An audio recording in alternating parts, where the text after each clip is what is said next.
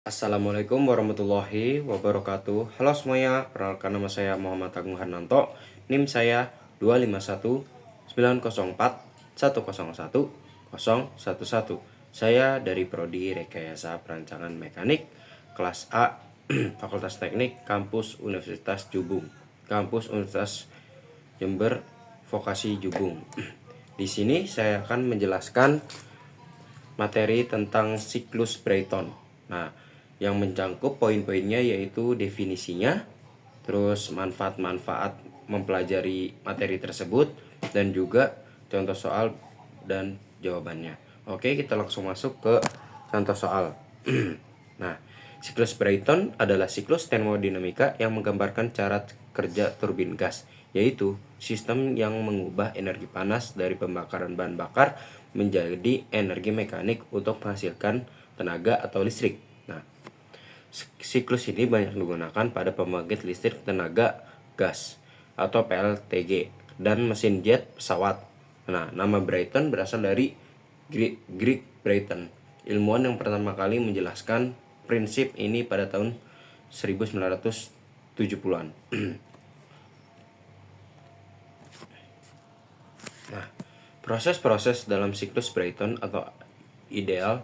Nah, proses yang pertama itu kompresi isentropik atau kompresor. Yang pertama itu udara masuk ke kompresor dan dikompresi tanpa pertukaran panas atau isentropik.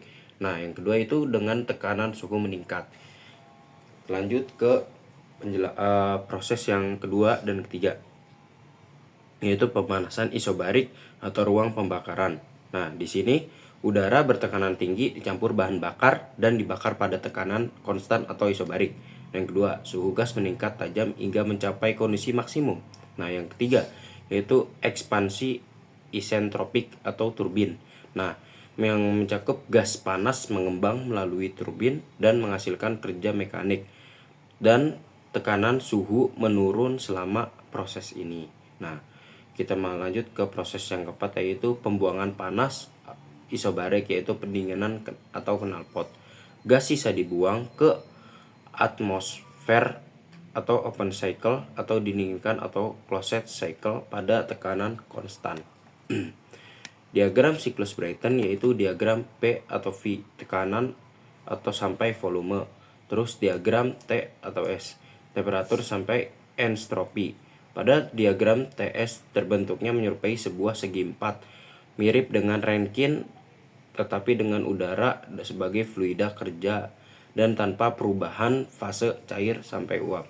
Rumus efisiensi thermal siklus Brayton yaitu N sama dengan 1 dikurang dalam kurung 1 dibagi TP dalam kurung Y min 1 tutup kurung per Y. Nah, N yaitu efisiensi thermal,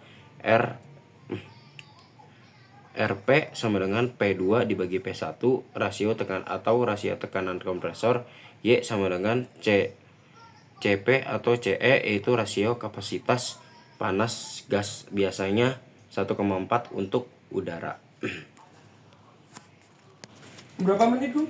Manfaat mempelajari siklus Brayton. Nah, yang pertama yaitu memahami prinsip kerja turbin gas dan mesin jet. Siklus Brayton adalah dasar teori dari turbin gas dan mesin jet. Dengan mempelajari, kita memahami bagaimana udara dikompresi. Nah, yang kedua, bahan bakar dibakar untuk menghasilkan gas panas, dan gas panas tersebut memutar turbin untuk menghasilkan kerja. Ini sangat penting dalam bidang teknik mesin, dirgantara, dan energi. Kedua, menjadi energi perancang pembangkit listrik tenaga gas atau PLTG. Siklus Brayton digunakan dalam PLTG, pembangkit listrik tenaga gas. Dengan memahami siklus ini, kita bisa menghitung efisiensi thermal pembangkit. Oke, sekian video dari saya. Jangan lupa video saya berikut ini itu contoh soal dan juga jawabannya. Jangan kemana-mana ya guys. See you. Halo semuanya, perkenalkan nama saya Muhammad Agung Harnanto. Di sini saya akan menjelaskan contoh soal dari siklus Brayton. Nah, di sini ada soal sebuah turbin gas bekerja pada struktur Brayton. Pada siklus Brayton ideal dengan yang pertama, tekanan masuk kompresor P1 sama dengan 100 kPa. tekanan keluar kompresor P2 sama dengan 800 kPa, dan suhu masuk kompresor yaitu T1 sama dengan 300, suhu masuk turbin T3 sama dengan 1200, dan gas dianggap udara dengan V sama dengan 1,4. Tentukan rasio tekanan RP dan B efisiensi siklus Brayton. Nah, kita langsung masuk ke yang pertama-tama, kita cari yang A dulu.